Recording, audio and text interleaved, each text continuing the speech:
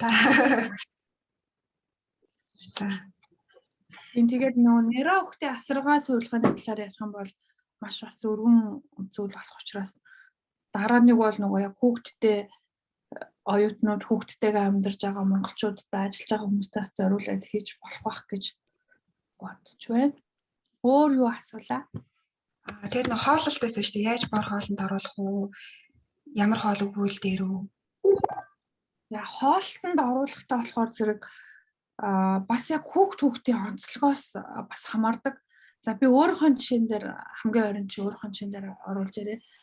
Манай одоо том хүүгээ гаргахтаа болохоор зэрэг яг оюутан байсан учраас бүх юмаа бас нэг сайн мэдэхгүй байсан.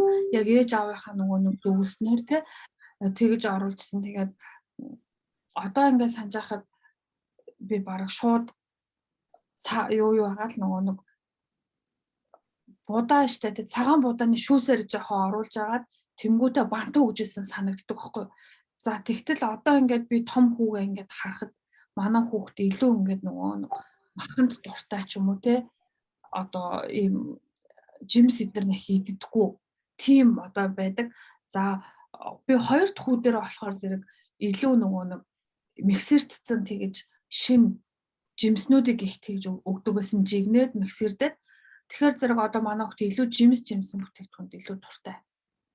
Тэгээ хоёр баг дээр болохоор би айгу туршлагатай оруулж исэн. Одоо нөгөө сүүлийн үеийн яг дэлхийн эрүүл мэндийн байгууллагаас хүүхдийн эмч нарт гаргаж байгаа зөвлөмж болохоор зэрэг яг энүүгээр хоолнд оруулна гэсэн тийм тогтсон зөвлөмж бол байдаггүй. Танаа одоо гэр бүлийн те тухайн одоо гэр бүл болон тухайн одоо улс үндэстний хамгийн одоо их түгээмэл хэрэгжилж байгаа хоол нь юу байна те тэрүүгээрээ эхэлж хоолнд оруулж болно. Тэгтээ тэгж оруулахдаа яг нөгөө нэг бүх зүйлд хязгаартайгаар хамгийн сайн хамгийн юу муу гэдгээ ингээд сайн зүйлээ мэдээж ялгаал хүүхдүүдэд хоолнд оруулж штэ. Гэтэ миний ингээд туршлагаас харж байхад хамгийн түрүүнд одоо цагаан будааны шүүсээр бас их оруулсан эргээд нөгөө нэг хүүхдэд одоо юунд гидсэнд нь ходоодонд нь хэвийн бичил одоо тэр тогтож байгаа тэр юуны бактерийн тогтох тэр нөхцөл байдлыг улам сайн бүрэлдүүлж өгдөг юм шиг надад санагдсан. Тэгэхээр хамгийн түрүүнд яг будаага мэдээж бүр ингээд өгөхгүй будаагаа сайхан яаж чанаад усаа жоохон сайн хийж агаад цагаан будааны шүүсийг ганц 2 халбагдуулаад эхний 7 хоногтой оруулаад за дараагийнхаа 7 хоногтой болохоор зэрэг би зүгээр ингээд сайхан жоохон махаа ингээд зор чигээ юугаа баяжуулаад те бантангаа хийхдээ баяжуулаад ганц удаа юугаар биш мах гурлаар одоо бараг тэгж өгдөг хүмүүс бараг ховорлсон мах гурлаар тэгж өгөхгүй бүгдөө л баяжуулж байгаа. Тэгээ баяжуулахдаа бид нар юугаар баяжуулах вэ гэдгийг айгуу сайн бодох хэрэгтэй. Тэгтээ нэг зүйлийг санах хэрэгтэй. 2 хүртэлх настай хүүхдүүд өндгийг тэр болгон зөвлөд өгдөггүй. Ягаад гэвэл өндөг өөрөө маш өндөр харшил төрүүлэх шин чанартай учраас одоо баяжуулж ингээд өндгөн дотор нь бандан дотор нь ч юм уу шүлэн дотор нь өндөг хийчдэг. Тэгэхээр зэрэг нөгөө харшлын факторууд нь цуснд харшлын факторууд илүү ихээр ингээд ажиллаж эхэлдэг. Тийм болохоор аль болохоор өндгийг битээ өгөөрэй. Өндгийг одоо өгмөр ах юм бол шарын аваад өндгийн цагааны нүгж байгаарай гэж хэлмээр байна. Энийг айгуу сайн анхаарах хэрэгтэй шүү гэж хэлээ. За ойлголоо. За тэгвэл одоо хоол хүнсний сонголтын талаар ярив. Эрүүл зөв хоол сонгоно гэдэг ба шүү дээ. Тэгвэл бид нар одоо хүнсээ сонгохдоо одоо дэлгүүр ингээл явна шүү дээ. Одоо тэгхийн бол ингээд хүнсээ ингээд сонгохдоо яг ямар хүнсийг бид нэр эрүүл гэж сонгож хөрөгчөндөө ингэж авч хадгалах хэрэгтэй. Тэгээ дээрэс нь нэг ерөнхийдөө ингээл 7 хоногт нэг удаа ч юм уу альсаа сардаа ингээд 2 удаа ч юм уу ингээд нөгөө хүнсээ цуглуулад авнаа да. Гэхдээ тэгж авдаг хүнс гэж байна. Өдөр тутамдаа ингэж авдаг хүнс гэж бас байна те тэргүүн мууддаг. Тэгвэл иймэрхүү хүнснүүдийг одоо ямар зүйлийг анхаарч авах уу? Дээрээс нь авсныхаа дараа хөрөгчөндөө яаж хадгалах уу? Тэгээ дээрээс нь авсан хадгалсан тэр хүнснүүдээ хэрхэн яаж боловсруулж хэрэглэх үү? Тэгжээж яаж надад ингэж эрүүлэр ингээд тэр маань ингээд бүх витамин шин тэжээлэг миний биед шингээж ингэж бүрэн ингэж өгөх үү гэдэг талаас нь зөвлөгөөч. За би бол яг нөгөө мэрэгжлийн тийм хоол зөөж мөөж бол биш. Гэхдээ ингээд яг өөрийнхөө яг туршлагаас өөрийнхөө бас яг уншиж судалсан зүйлээс товчхоо хариулъя. За дэлгүүр супермаркетд орлоо тий. Тэгэхээр зэрэг ингээл босон болоогүй амар их юм авдаг. Ингээл эргээд харахаар яг иддэг ч юм шиг үгүй ч юм шиг ингээд харагдчихдаг. Тэгэхээр хүүхдүүд бол ингээл яг ялангуяа чипс эдэр ингээл авахгүй л аюух тэгдэж штэ. Гэхдээ тэрийг бас басгах боломжтой. Бид нар хүүхдтэйгээ хамгийн түрүүнд аюу сайн ярилцах хэрэгтэй тий. За энэ чипсыг чи яг өнөөдөр идэ. 7 хоногт нэг удаа идэ шүү. Гэхдээ энэ чипсыг идснээрээ чиний одоо бид чи ямар өөрчлөлт гарах вэ? Ямар сайн талтай, ямар сөрөг талтай. Гэт нөө сөрөг талын илүү их яриад өчөр нөө хүүхд маа сонгохгүй. А тэгээ одоо хүүхдүүд бас айгүй ухаантай болсон ш нөгөө эдний сургууль цэцэрлэгээр нь бүр эрүүл мэндийн хичээлийг бол маш сайн нөгөө ордог. Тийм болохоор хүүхдүүдэд бас сонголт хийх тэр боломжийн нөгөө за чи энэ чипсыг идэх юм бол ийм зүйл болно. Гэтэ чи өөрөө сонго. Би чиний сонголтыг хүндэлж байна. Гэтэ чи дараа нь гарах үр дагавраа чи өөрөө даагараа ч юм уу те. Би чамайг ингээд өвдөх чинь би ямар нэг арга хэмжээ авч чадахгүй шүү. Чи хариуцлага өөрөө хүлээгээрэй гэдэг чинь бол хүүхэд маань нэгт одоо тэр сонголтыг зөв хийх сонголттой болж байна. Хоёрт хариуцлагатай болж байна гэдэг зүгээр асуугаагүй ч гэсэндээ энийг бас хэлмээр санагдлаа. Тэгээд хоёрдугаарт болохоор зэрэг бид нар аль болохоор одоо юуг авах хэрэгтэй. Ногоон жимс, ногоон одоо эслэг ихтэй хоол жимсгэн хүнсний ногоог илүү их төлхөө авах хэрэгтэй.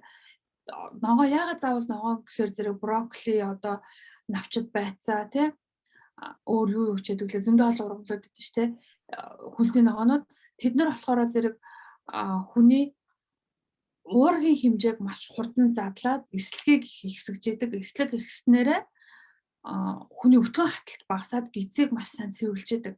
За тэгтээ одоо ингээд би ногоо идэж хүнсний ногоо идэж чадахгүй маа тэр ногоон ургамал гэдэг чинь ер нь бол идэж чадахгүй гэд маш олон бараг манай Монгол ихэнх хүмүүс тэгдэг. Тэгээд би энэ үед болохоор зэрэг юу гэж зөвлөдөг вэ? Тэгвэл чадахгүй бол өглөө олон овёс идээс сурчгаа. Овёс идэх юм бол овёс чинь нэг эслэг байгаа. Тэгээд зүгээр овёс ид гэд хэлждэг байсан өмнө тэнгүүд орой хурж ирээд овёс идчихдэг. Тэгэхээр нөгөө овёс чи өөрөө ингээд хөвсийгээд хөөгөөд бүх одоо тэр хотоодонд байгаа зүйлийг хамаад одоо гадагшлуулж явах хэрэгтэй байхгүй юу?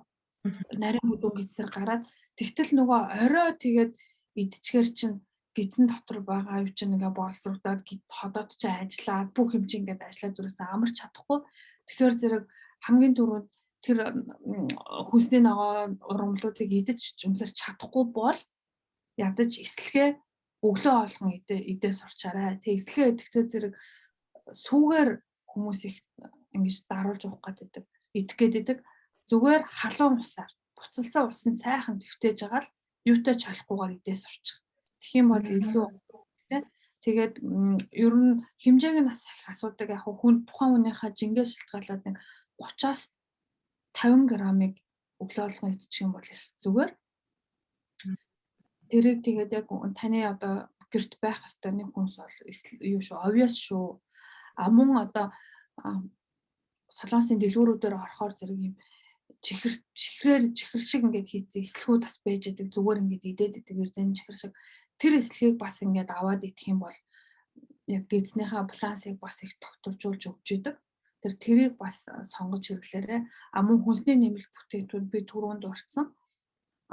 Гидсний хэвийн бичил болоор те лактопид одоо айгүй олон төрөл байдаг. Яг нэрийг сайн мэдэхгүй тийм юунуудыг бактериудыг бас их сайн авч хэрэглээрэй. Хүүхдүүдтэй ч гэсэн сайн өгөөрэй.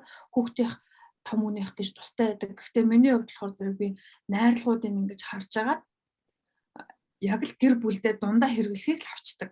Тэгэхгүй тэг нэг хүүхдтэй аваад ингэж яхаар эдийн засгийн хувьд ч гэсэн бол хэцүү шттэ.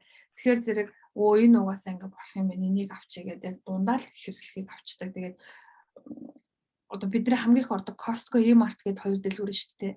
Тэр E-Mart-ийнх нь болохоор зэрэг өдөрт нэг удаа уудаг байдаг.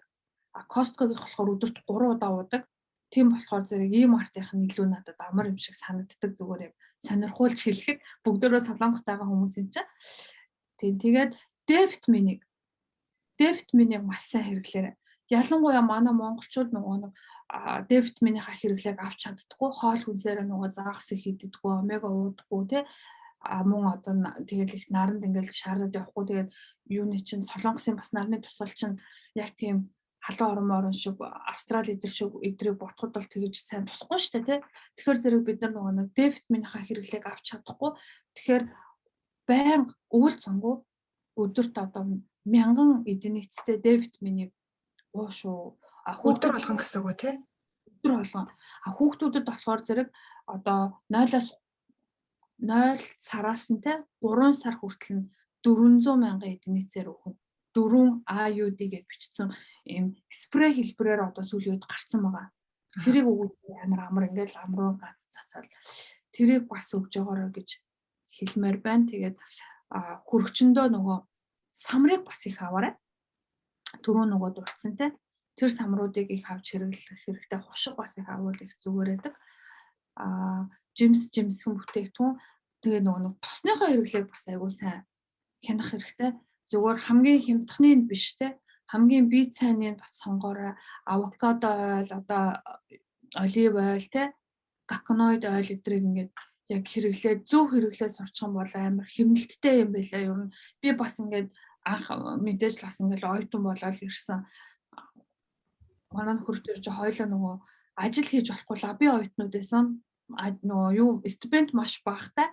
Тэгээд нөгөө арай илүү хэлбэр биш хямдхан амьдрах төсөвтэй гэх юм уу.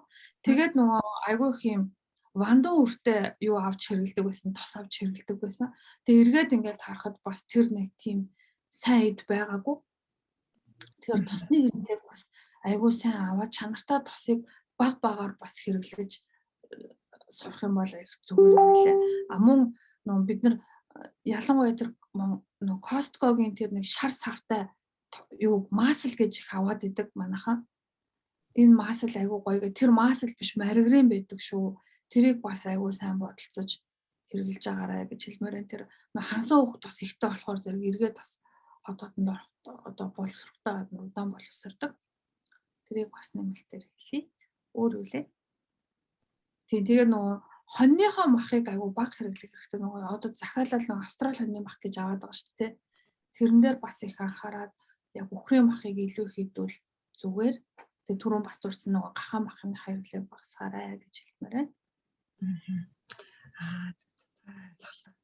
Сая бас нэг жоохон витамин эднэр гэдээ ярьсан шүү дээ. Нэмэлтээр одоо ингээд гадаадд ингээд амьдарч байгаа бид чи одоо ямар витаминыг ямар улиралд хэр хэмжээгээр яаж хэрэглэх дээр витамин ч юм ингээл өдөр болгон луугаад авах хэрэгтэй юм уу?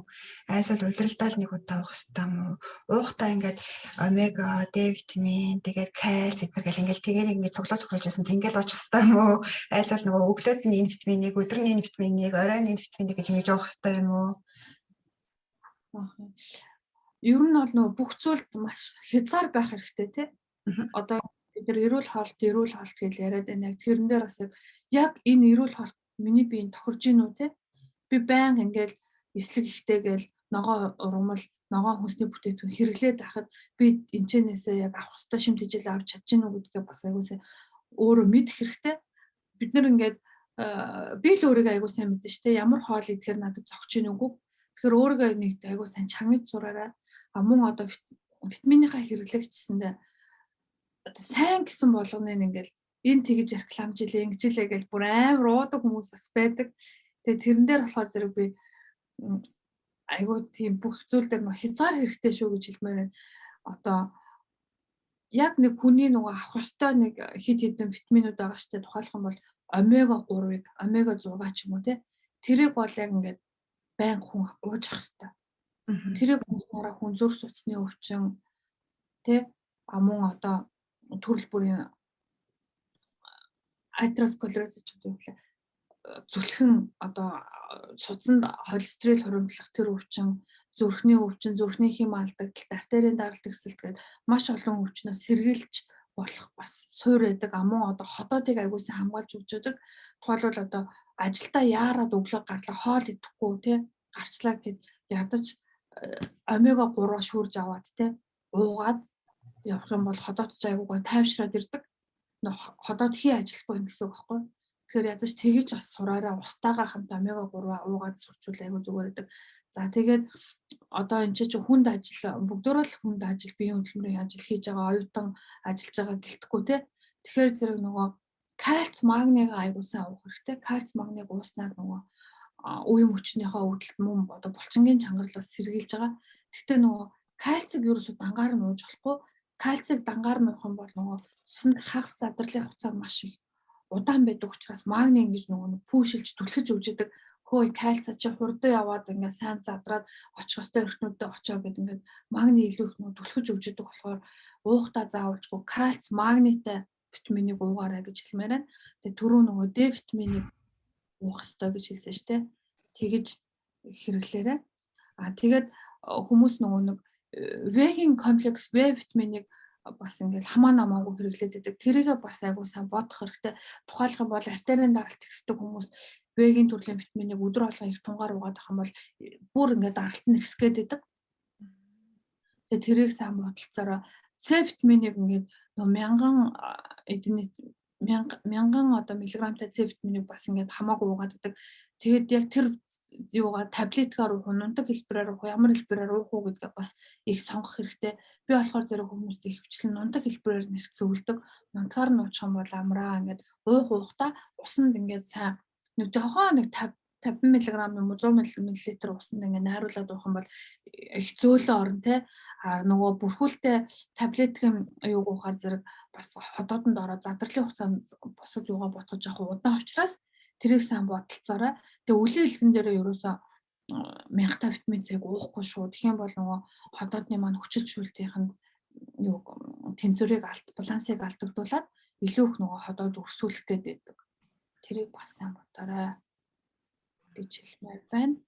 Тэгээд нөгөө нэг эрэгтэй эмэгтэй хүмүүсийн витамин гэдээ бас асуугаад байдаг. Тэрийг бас яг тэр зааврын дагуу ууш шүү тий. Яагаад заавал эрэгтэй эмэгтэй хүмүүсийн витамин гэдэг хэвчээ тэр чинь нөгөө нэг дааврын бас өөрчлөлттэй холбоотой. Эрэгтэй хүний одоо нөгөө тестостероныхын дааврыг илүү их одоо өдөөж тий.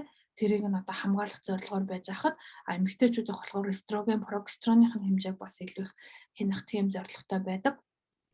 Мөн одоо хүүхдүүдтэй яг одоо өсвөр насны хүүхдүүдтэй хүмүүс байгаа бол одоо мультивитамин буюу кальц, мультивитамин дээр нэмээд кальц, магнийг бас сайн эмгэлтээр өгөөрэй. Тэгэх юм бол яг хүүхдийн өсөлтийн насн дээр аягүй сайн дэмжиж өгчдөг.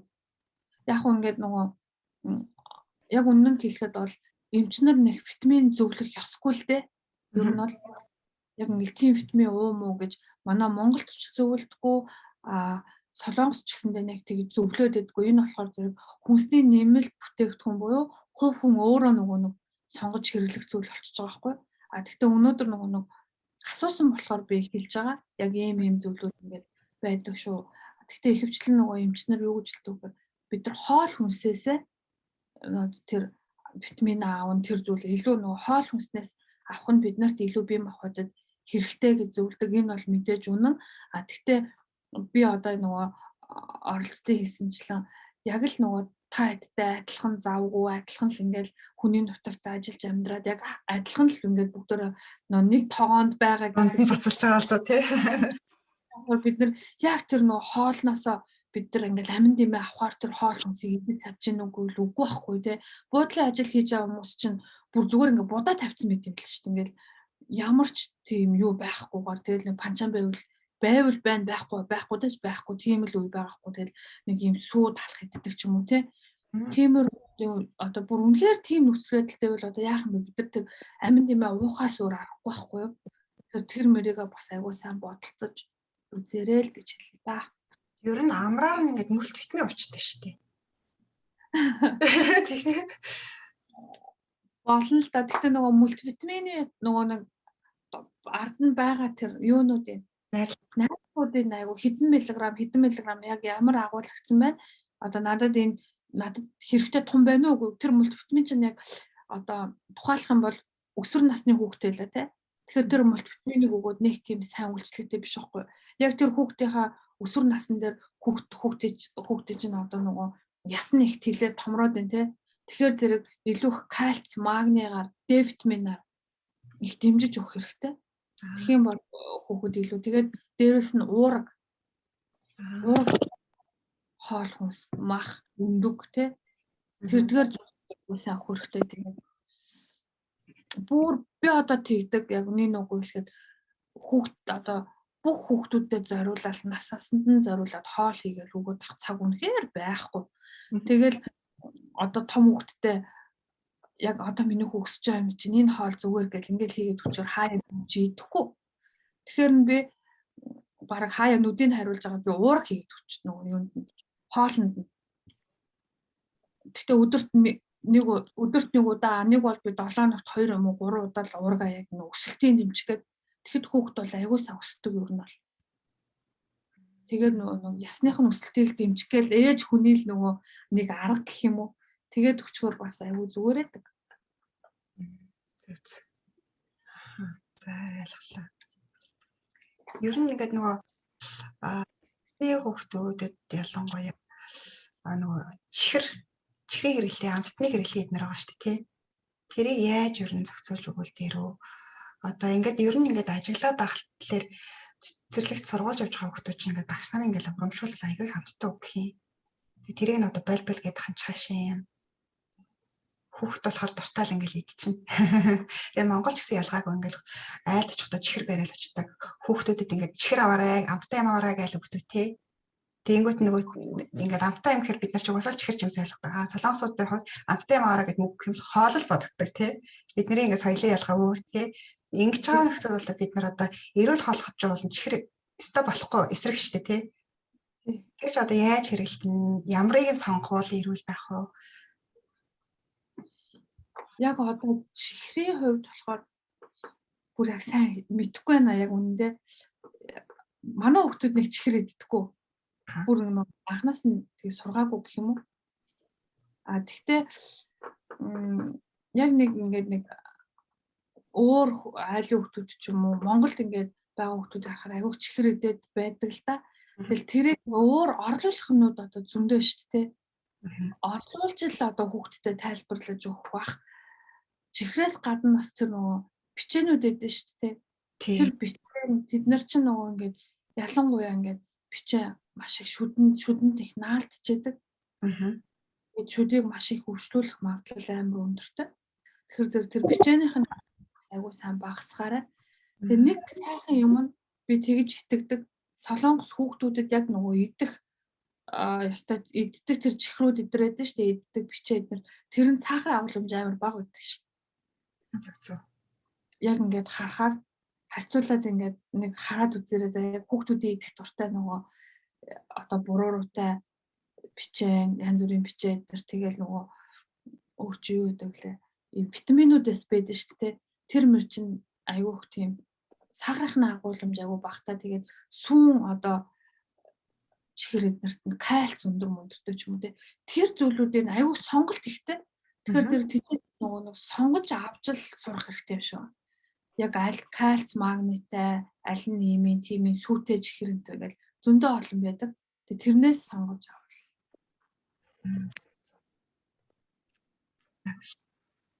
За ойлголоо. За тиймээтэй стресс гэдэг нэг төрөнд орхигдсан ярианы хамгийн ихэнд нэг стрессийн талаар идэрсэн. Тэгвэл ингээл угаасаа л ингээл стресстэх нь ойлгомжтой шүү дээ. Хичээл ёо гэж даалгавар гэлдэг юм. Тэнгүүтээ ажил гэл ингээл амьдрал гэл ингээл тэгнэ. Хүүхэд гэл ингээл тэгнэ тий. Тэгэл Монголоос ингээл бас ингээл тэгэл ингээл буцаа хараал ингээл байгаа байдлаа хараад ингээл нэг угаасаа л ингээл энэ одоо бидний амьдарч байгаа нэг угаасаа л стресстэй нэг юм биш үү тий. Тэгвэл яавал энэ стрессээс ингээд өртөхгүйгээр энийг ингээд яг ингээд хурд ингээд хаяад өөрийгөө ингээд нэрвтүүлэхгүйгээр өөртөө ингээд ачаа дарамт ингээд өвчин болгохгүйгээр ингээд холоор өнгөрүүлээд ингээд яваад ах боломжтой байх бай. Эмчнэр одоо яг юу зөвлөж байна? Одоо та их стресстэй л байдаг юм аа, их юм боддог юм байна гэдэгэл зөвлөгөө өгдөг штеп. Тэгээд тэр бол яг нэг би бодохдоо яг хувь хүний өөрийнх нь нөгөө стрессээс гарах аргууд бас өөр штэ тий. Одоо тухайлбал бэлтгэлд явж болно. Одоо их энерги ингээд зарцуулах хэрэгтэй хүн бол ингээд бүр гэр мөрөө ингээд цэвэрлээл энерги гаргаад тий. Тэгээд стресс гол нь тэр нөгөө нэг стресстэй байгаа тэр зүйлээ ингээд өөрөөсөө гаргах хэрэгтэй. Ямар гаргахаа өөрөө аягүй сайн сонгох хэрэгтэй гэдэг тий. Мэдж явах хэрэгтэй. Би яг ямар аргаар гаргаж чинь тэгтэл зарим хүмүүс болохоор стрессээсээ гарж ийн гэд арх угаад шоудаад ингээд яваад байдаг. Гэтэл энэ арга чинь өөрөө буруу арга болчихж байгаа байхгүй тий. Эргээд стресснээс гарах биш, эргээд надад бүр түмэн стресс эргүүлээд өгөх тэр аргыг бид нэр сонгохгүй. А нэг бол зөв аргаар одоо стресснээс гарах уу гэдэг нь одоо хувь хүний л сонголт болчиход байна. Тэгээд маш олон аргууд байгаа штэ. Ингээл йогоор хичээлж болж юм. Нэг бол одоо ойр тойрныхоо найз нартай уулзаад гоё яриад сууж болж юм. Дуртай юмаа хийлдэ. Тэгээ өөрийгөө хөгжүүлэх би яг юун дээр хөгжиж чадхаар байна. Миний дуртай юм юу юм гэдэг өөрийнхөө дуртай зүйлийг олоод тэгээ яг нөгөө дотоод хүнтэйгээ яриад те. За болроо чи яг энэ дээр стресстэй байгаа юм бол чи яг юу гэхэд би хаяа өөрөөсөө тэгж зэт байхгүй. Бүр амар олон юм ингээд яг хийх гэмгээ хийж чадахгүй. Яг чиний хүсэж байгаа юм чинь юу юм гэж өөрөөсөө асуудаг.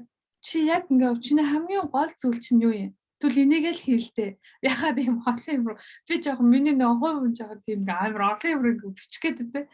Тэнгүүд ингээд calm down гэл за чи боошоо. Яг ингээд өөрийнхөө яг ингээд хийх гээд байгаа тэр юм дээр илүү фокуслаад дараа нь бол бонусоор бол бусад зүйл нь бол хийгдэж бас болно шүү дээ.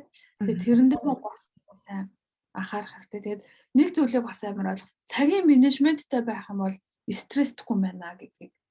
Юмаа амжуулахгүй л ингээл стресстэй л ингээл яаж яхад бүр 10 минутан дээр хүртэл цагийн менежмент хийдэг юм байна гэдгийг сая би хүүгээсээ сурсан. Манай хүү ингээд олон улсын сургуульд явцсан. Тэгээд надад ингээд өдөр тутам хийдэг 6:30-д босоод 6:30-аас орой 12 цаг хүртэл хийдэг хөтөлбөрөө ингээд надад танилцуулж байгаа байхгүй өдрийнхөө нөгөө нэг цагийн скежюлийг. Тэгэл миний толгой бид нар юуроосаа ингээд багаасаа бид нар цагийн менежмент гэдэг зүйлийг хийж сураагүй зүгээр л бид нар завгүй гэл ингээл явцсан байна. Яг ингээд бид нар тэрөө ингээ багаас минь заасан байсан бол угаасаа л чадхаар л байсан юм байна штэ гэж бодсон. Манай хүмүүс ингээл бүр ахлах сургуулаасаа ахуулаад яг цагийн менежмент бүр 10 минутны цагийн менежмент 5 минутаа яаж зарцуулах вэ гэд бүх юм нөгөө ингээд дистаратаа ингээд цаанаасаа ингээд листээр гараад ирсэн учраас эдгээр ингээд цаашдаа ч гэсэндээ ингээд сурчиж байгаа. Тэгэхээр бид нэр тэр цагийн менежментийг аягүй сайн хийж стресстэйгүй байна. Амар олон зүйлийг ингээд амжуулах боломжтой юм байна гэдгийг бас ойлгосон. Зөв. За. Хамгийн чухал нь нэрэл тийм байна те цагаа юмаа төлөвлөчих юм бага стресс бага өртөнтэй. Тэгээд дээрээс нь стресс гэх юм бол хурдан тэр дараа нь гарах юм шүү дээ те. Өөрийгөө аргатай болоод тэр аргаараа хурдан гадагшлуулах юм байна.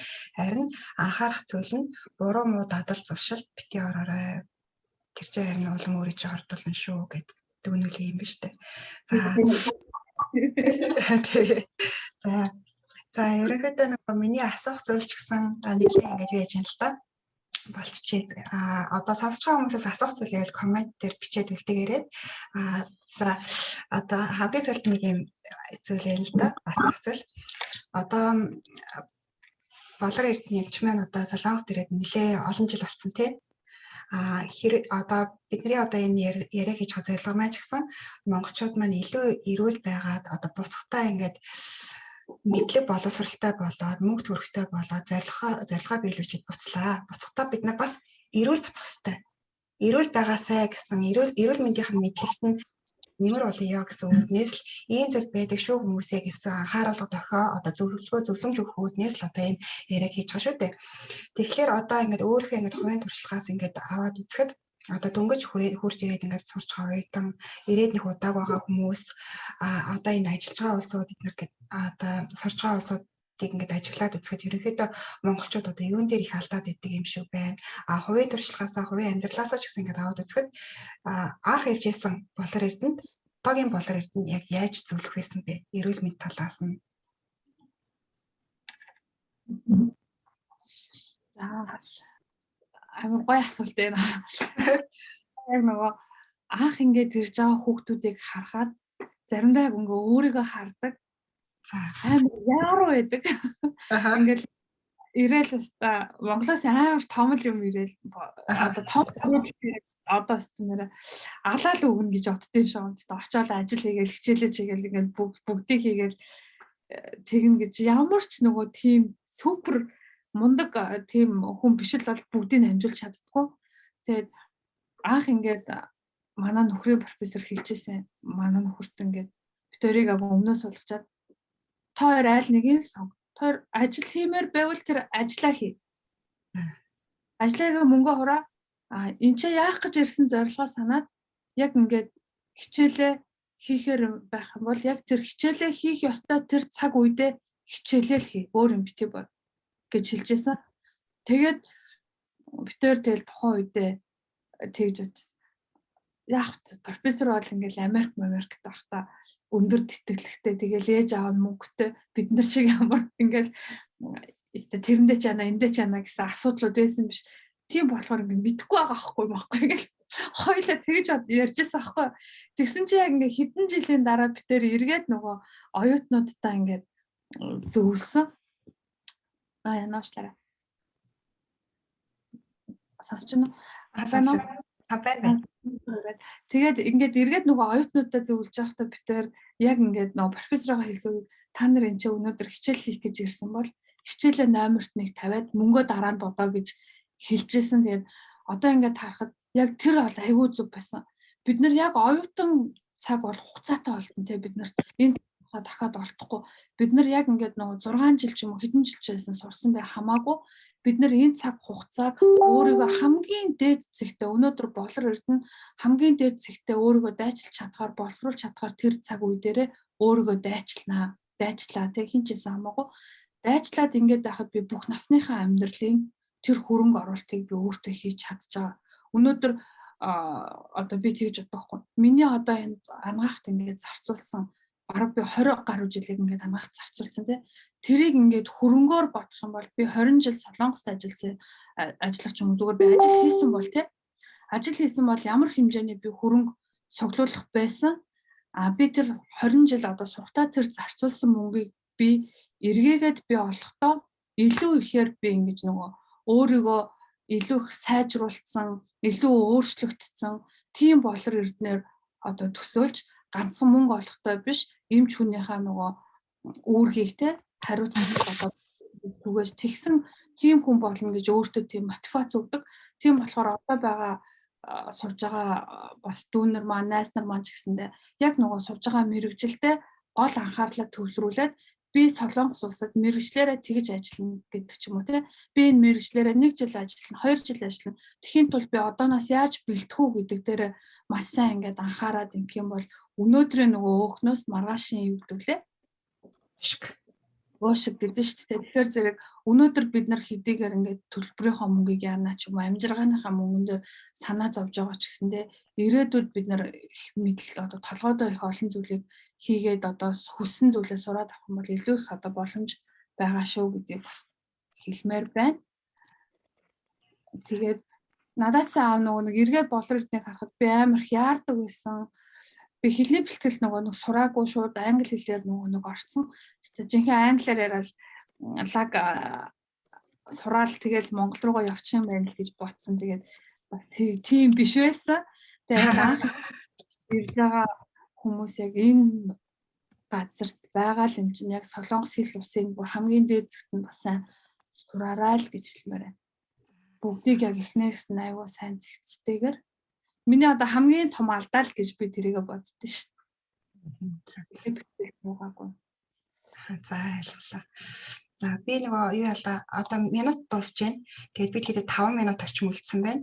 Би чатаар юм нөгөө линк оруулах. Энэ болохоор ямар учиртай вэ гэхээр одоо оюутны бүртгэлд ингээд хамрагдаагүй оюутнууд байх юм бол энэ линкээр ороод бүртгэлдээ хамрагдаарай. Тэгэх юм бол дараагийн сургалтууд мэйл хаягаар чинь одоо мэдээлэл болж очиж байна. За тэгээд бас нэг одоо нэг асуулт тавиал тэгэл юу хэдүүлээ ингээд яриагаа өндөрлөө. Ковид туссан хүн одоо их ядраад тэгээд дээрэс нэг цус өртөрж जैन. Тэгээд ер нь ингээд ковидын дараа ингээд эрүүл мэндийн одоо хэрхэн яаж хамгаалах вэ? Одоо ингээд үүсэж байгаа бид хараад байгаа энэ өөрчлөлтүүдийг одоо яаж даван туулах вэ гэдэг дээр. За ковид бас өөр айгу том сэдв те. Тэгээ одоо бид нар 5 минут remaining time тэгээд үлдсэн байна. Тэгээд товчхон хариулъя. Ковид өөрөө нөгөө нэг тархлаас сул те. Тархлааны одоо эсүүд ухаж байгаа тэр одоо хүн дээр илүү их очиж үйлчилдэг. Одоо ялангуяа одоо юу гэх юм ковид туссан нэг бол вакцинд хариулсан хүмүүс илүү одоо өмнө хуучин их хөдлөөд байна гэж яриад байсан шүү дээ. Миний одоо тоглолтын өвчин хөдөлчлөө, тэр хөдөлчлөө, энэ хөдөлчлөө гэдэг. Тэгэхээр зэрэг нөгөө илүү хууч дээр илүү тэр хаана тархлаа тогтолцоо мууд чинь тэрэн дээр их очдог. А мөн одоо нөгөө зүрхний ханы булчин их сулруулж өгч идэг. Тэгэхээр зэрэг зүрхэнд маш их ачаал өгж байгаа. А мөн цусны эргэлтийг удаашруулад цусыг их өтгөрүүлдэг. Тэгэхээр зэрэг зүрхэнд ачаал өгнө, артерийн даралт ихсэн ингээд цусыг их өтгөрүүлчихээр зэрэг бүхэл нөгөө нэг эргэтэн тогтолцоонд өөрчлөлт оруулж чаа. Тэгэхээр бид нар энэ үед яах вэ? Хамгийн түрүүнд бидний одоо яг энгийн хүмүүсийн хийж чадах зүйл бол хоол унданда маш их анхаарах хэрэгтэй. Яг ингээд миний тархлаа ямар хоол идвэл сайжирж дээ те сарамстай хоол шөл нөгөө цагаан гаатай хоол өдрөө тэрийгээ бүр аягүй сайн идээд ууж байгаа цайнууд дээр аягүй сайн анхаарах хэрэгтэй. Аль болохоор кофеныхаа хэрэглээг багасгах хэрэгтэй. Ногоон цай те жимсний цай тиймэрхүү цайнуудыг самартай цай ч юм уу тэр цайныхаа хэрэглээнд их анхаарах хэрэгтэй. А за тэгээд боломжтой бол те ойрхон эмнэлэг рүү ороод рингер одоо туслах хийх хэрэгтэй. Одоо сүүлийн үед болохоор зэрэг глютатин за яна уул нь бол ингэж хамаагүй хэлэх ёсгүй л дээ эмний нэр. Тэг глютатин 1200 мг-тай гээд яг элэг цэвэрлдэг тэр цус шингэлдэг тэр одоо тарилга байдаг. Тэг тэрийг ингээд яг схемээр хийлгэх хэрэгтэй. Тэгхийн бол бас цус их шингэлнэ. А мөн одоо сүүлийн үед их гараад байгаа одоо ихсийн тарилга гэж байдаг. Тэр бас ковидын дараах одоо цусыг шингэлж ковидын хүндрэлээс бас их сэргийлж байгаа. Тиймэрхүү бас тарилгуудыг ингэж хийлгэх бол айгүй үр дүнтэй. Тэгээд дурын эмнэлгээр очиод хийлгэх боломжтой. Нэг гуат тий жижиг эмнэлүүд дээр очиод хийлгэх боломжтой болохоор зэрэг би ковид тусчлаа би яах вэ гэхэд ер нь бол хийгээд өгчнөө гэж би бодож байна.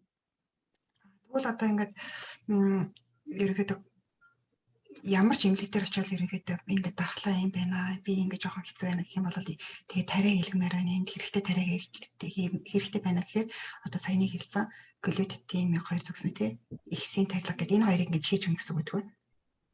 Ихсийн тарилгыг болохоор зэрэг яг уу гоо сайхны эмнэлэг ч юм уу нэг бол одоо нэг гутаар архив байх гоо сайхан нөгөө юм биман клиник гэдэг чинь таргалтын төв мө тэрэн дээр хийн гэж бодож байна.